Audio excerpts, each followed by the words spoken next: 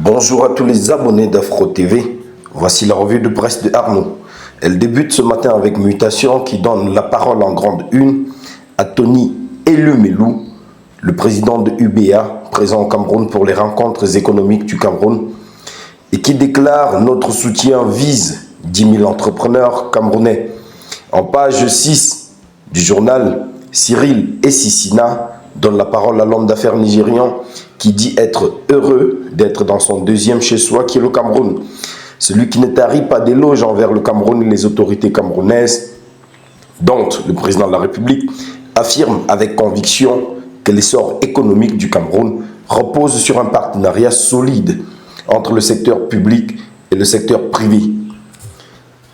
Le président de SNS Group dit avoir aussi partagé son expérience lors de la première édition des rencontres économiques du Cameroun.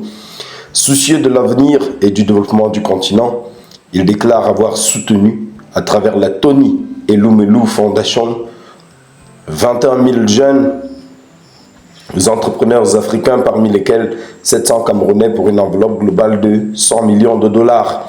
Son envie d'en faire davantage est telle qu'il a noué de nombreux partenariats stratégiques qui lui permettent ce jour de financer annuellement 1000 jeunes, ce qui lui semble toujours peu.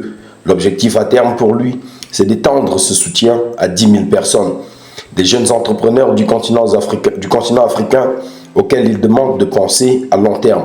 Vous pouvez lire l'intégralité de l'interview de cet homme d'affaires prospère dans le numéro 6259 de Mutation sur ikiosque.cm.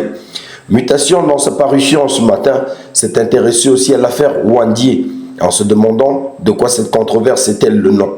Brice Molo, l'auteur de cet article que vous pouvez retrouver en page 10, se pose la question de savoir si l'histoire officielle du mouvement nationaliste est devenue celle des vainqueurs de la guerre d'indépendance.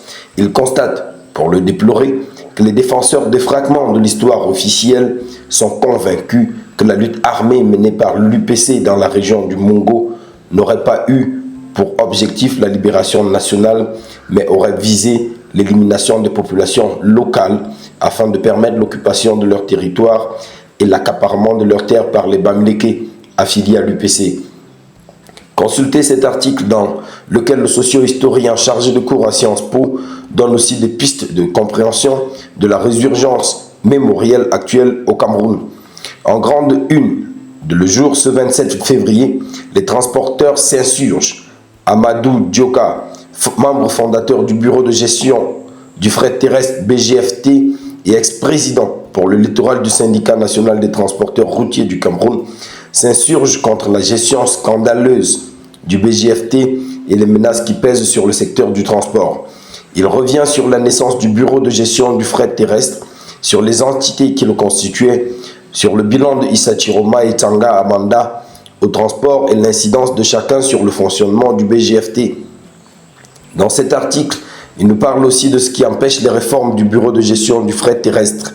Il déplore les conditions de travail des transporteurs routiers et accuse le BGFT qui, avec la complicité de certains fonctionnaires véreux, empêche toute forme de manifestation de ces transporteurs.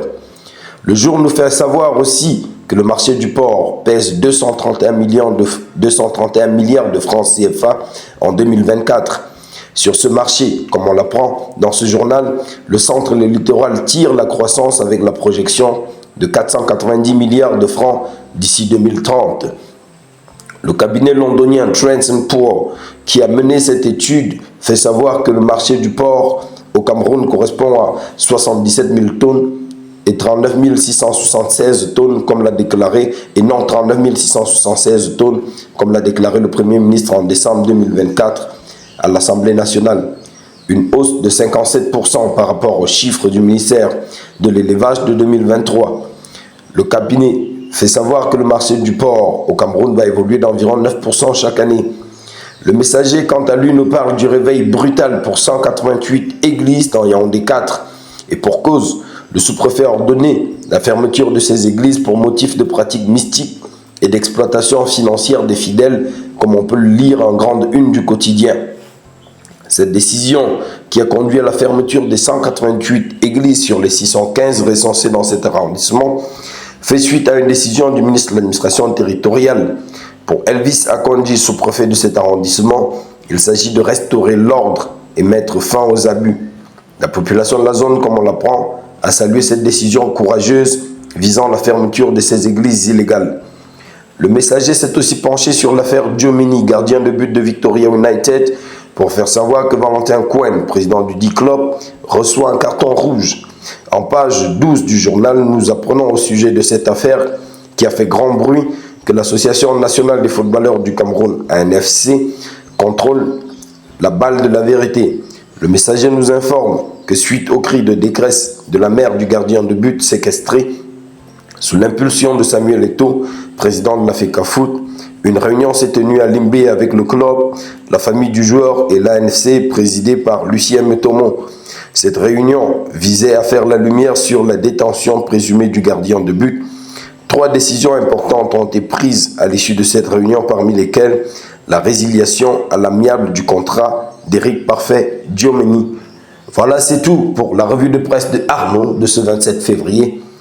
Likez, abonnez-vous et surtout, n'oubliez pas de partager. À bientôt.